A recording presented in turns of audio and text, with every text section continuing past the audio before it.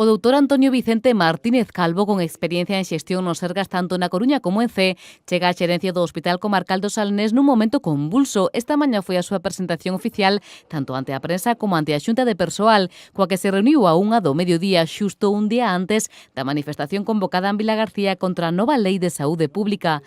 Martínez Calvo asegura que chega coa intención de potenciar o Salnés e cunha actitude de colaboración total tanto con pacientes como cos profesionais do centro. Ver cómo podemos relacionar de forma más estrecha primaria con especializada. Mi idea es citar a los responsables, bien de unidad o de servicio, de los 6 ayuntamientos que son de los que es este hospital referencia, hablar con ellos, ver qué temas tienen, que puedan transmitirme, que les preocupa.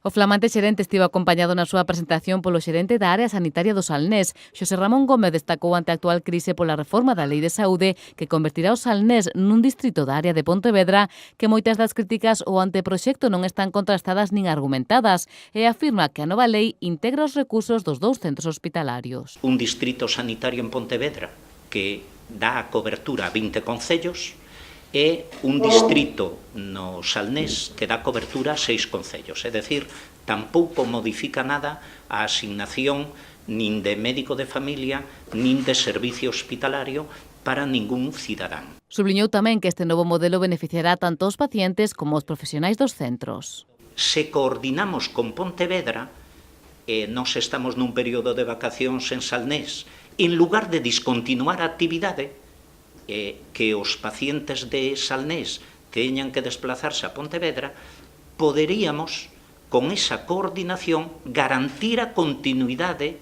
desa asistencia. E no caso do persoal do hospital, segundo o xerente, facilita o acompañamento do paciente independentemente do centro no que teña que facer cada proba, garantindo a seguridade do mesmo.